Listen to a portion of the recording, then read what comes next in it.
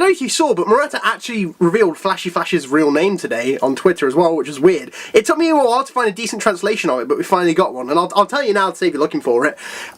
It turns out Flashy Flash's real name is actually Kenshiro. Anime joke! お前はもう死んでいる。何? One Punch Man, Chapter 95, Speedster! Good chapter! What a surprise! A good chapter One Punch Man. Who saw that coming? Everyone. I really liked it. Let's just get started talking about it. So, it finishes off last time, where we kind of end last time with, the S-Class hero, with the remaining heroes cleaning up the remaining monsters, just kind of getting them all out of the way, so, and them healing, kind of like getting ready for the actual raid now.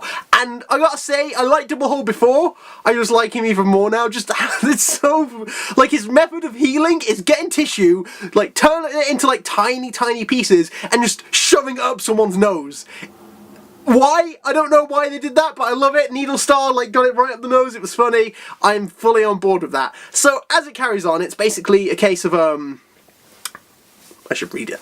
As we carry on, it gets to the point where the raid team and the support team, and basically Second Girl's just giving this speech of just trying to say, you know, this is where everyone splits up, does their own thing, everyone do this, you know, this is our one chance, we've got to make sure we do it, kind of thing. And it stops because Pig God is stuck in the entrance, and I get that, but like, it was Mizuki who was pushing, and I think the reason it was Mizuki is because of how popular she's been recently, and I feel like this is kind of Marathon and One's like, okay, go, get Mizuki in, like, because I think her popularity has surged. I don't know, I wouldn't have predicted she got as popular as she did. I'm not complaining, I love Mizuki, but I think ever since, probably the last couple of chapters, I don't know what it's been like in Japan, but I know speaking to other people and seeing other people's opinions, a lot of people really like Mizuki, so I won't be surprised if this is their way of just trying to shoehorn Mizuki in, so people go, ah, there's Mizuki, okay, because, you know, and it makes sense at the end of the day. If people like a character, try and get them in there. Especially they might not be as big after the raid, for example. Like I imagine, well, we don't know what's going to happen after the whole Monster Association arc, so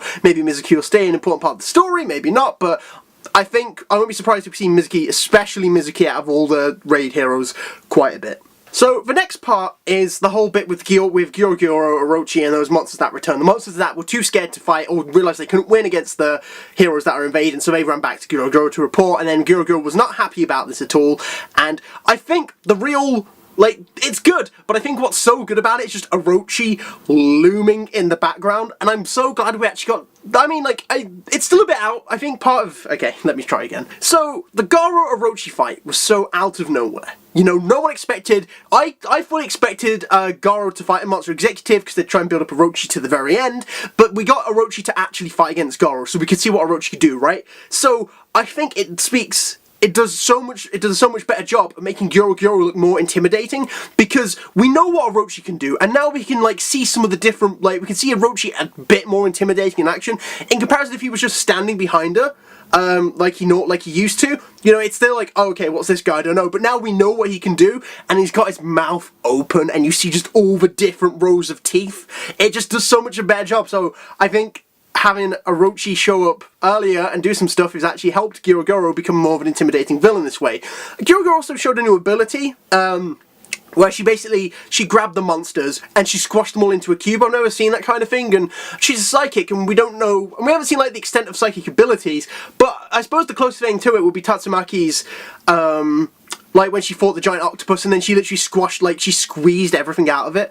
The only reason I bring that up is because I wondered if we'd see, just because I don't really know the limits of psychic abilities in One Punch Man, so I'm curious to see how everything goes out. So obviously she gets rid of them super quickly, and that panel of Gyoro sitting there just being like, if you're not used to me, then get out there, get out of the way, or I'll kill you, kind of thing. And Orochi looming in the background, I thought was done so well, and it was a great panel in any case, but what I thought really helped it, and maybe, I think, honestly, I'm looking too much into this, but with Gyoro sitting on the chair, right?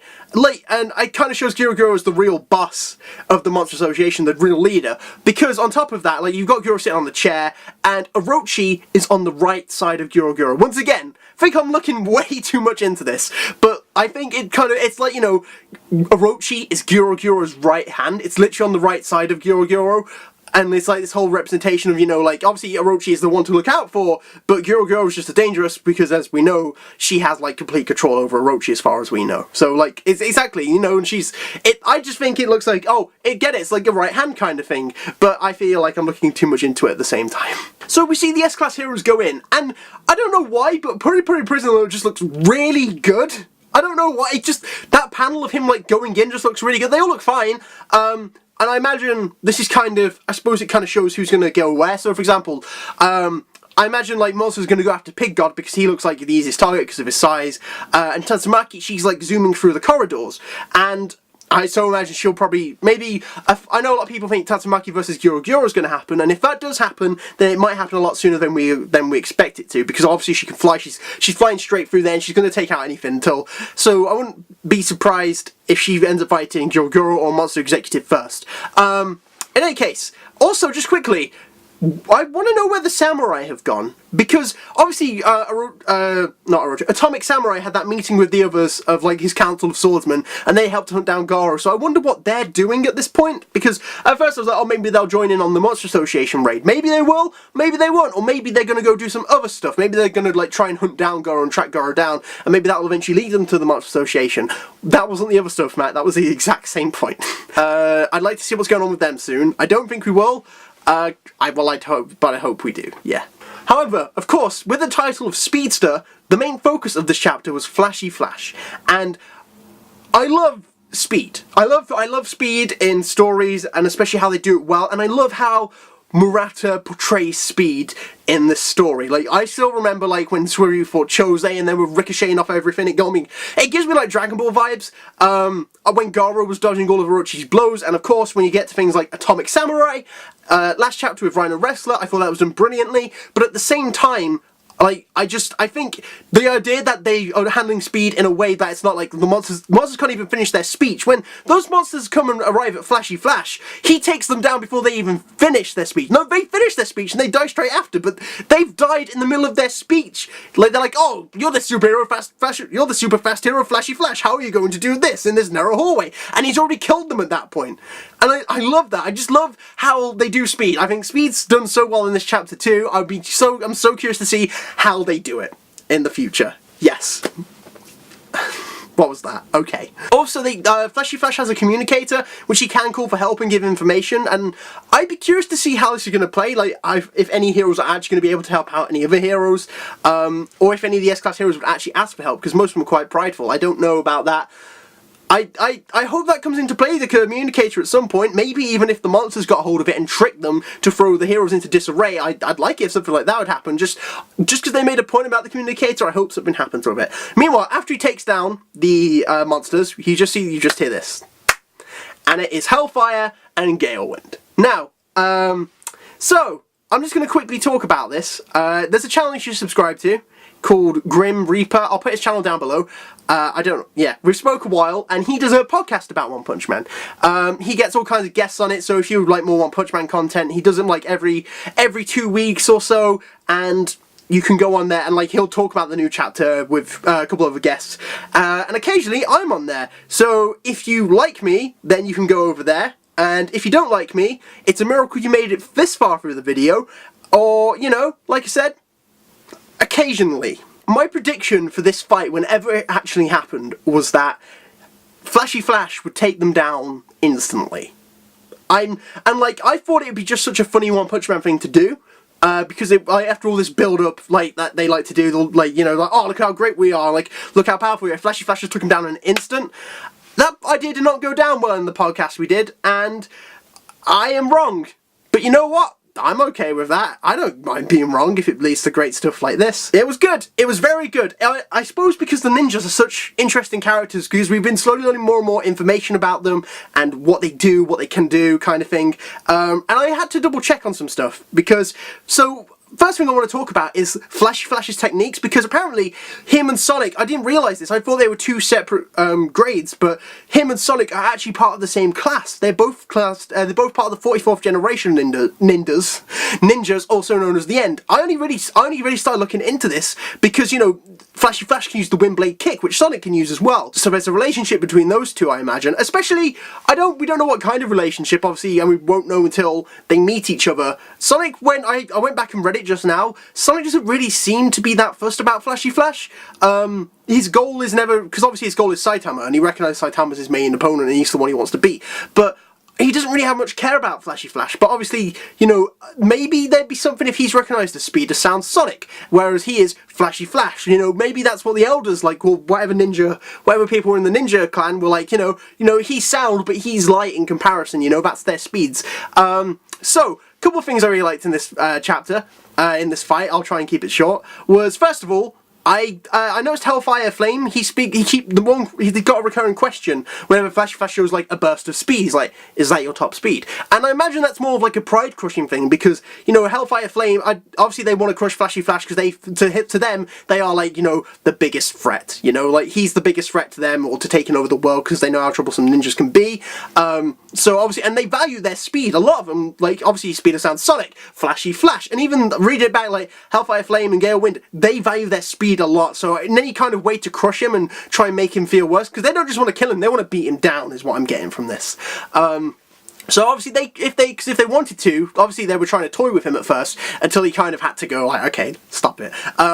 So something I really liked was how just seeing them fight, just kind of like ninja techniques as well. So obviously, like, there's different kinds of there's different techniques there. So obviously, like, Flash has like the Wind Blade Kick, but then Hellfire Flame has like the Flame Blade Kick, and it was cool. And he can like set his sword on fire, you know. And even like I liked that moment of when they first clashed, Flashy Flash and Hellfire, where like the effects of the sword swinging was so much it just looked like a ball of energy. Like that's how fast they're moving in that circle. It's such a cool effect. Meanwhile, Gale Wind is setting up these traps everywhere, like spider webs, and I just love the moment he's like, I'm gonna corner you, and Flashy Flash just goes and just like slices up the whole wall, like he goes and they're like, oh, let's go somewhere different, and then they flip it around into where we see them training, and what a cool area for a fight that is.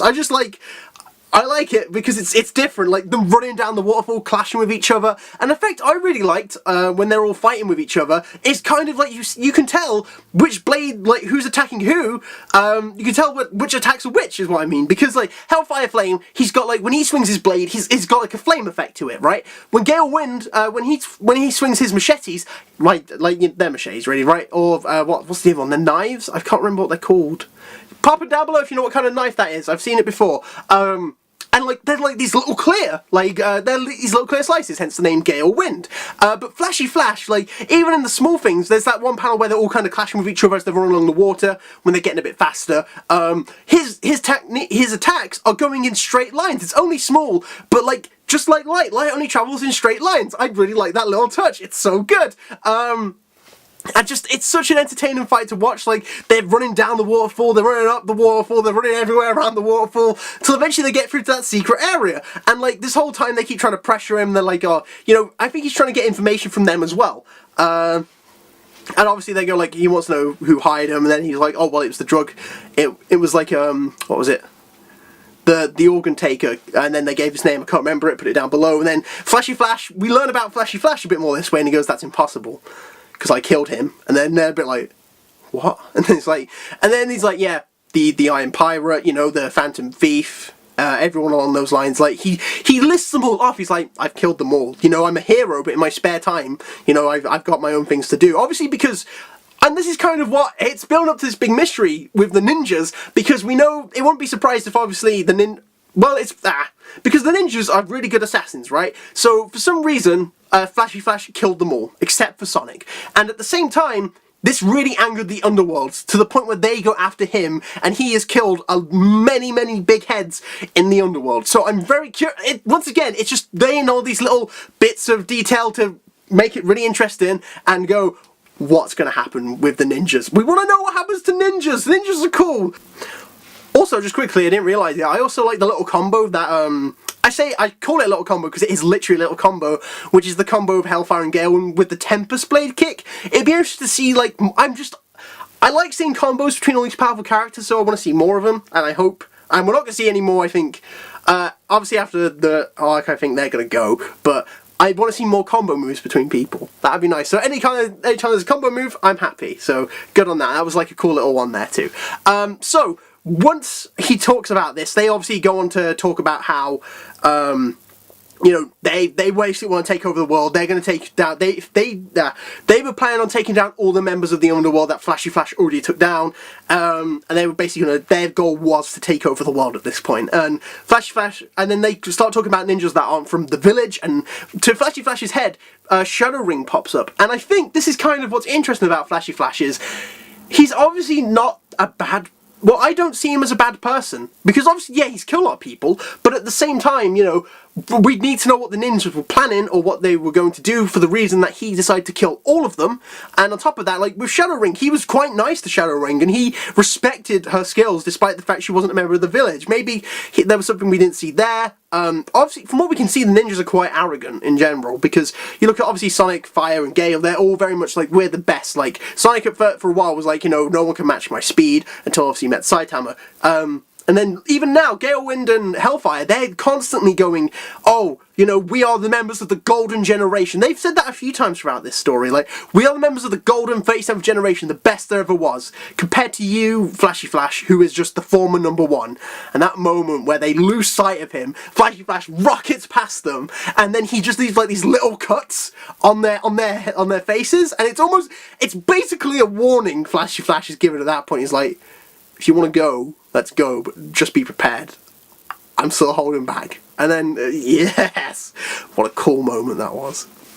So as the chapter kind of comes to a close, Flashy Flash points out that he knows they've got monster forms, they're not going all out, so they need to use it sooner. So the fact he knows about monsterization, maybe it's something he's experienced in the past, maybe it's something to do with the ninjas, is the another thought that came into my head, is because he at least knows about the idea of monsterization, that humans can turn into monsters. Maybe, or maybe I'm looking at it in a different way, and maybe it's just, maybe I'm looking at this the wrong way, and maybe it was just information that was given to him by the Hero Association. In any case, I also like the touch of how these things he noticed. So, like, when Hellfire started to fight him, he had, like, the dark look, but then he had, like, the bright eyes, which is obviously, like, supposed to be scary, but that was more about him getting ready to become a monster. So, and then, because they show that same look again, I like that he was observant about that, and also how he was like, you guys aren't used to your top speed, which is why you moved this, which is why you purposely took over a place like this, because you're still not used to your abilities yet.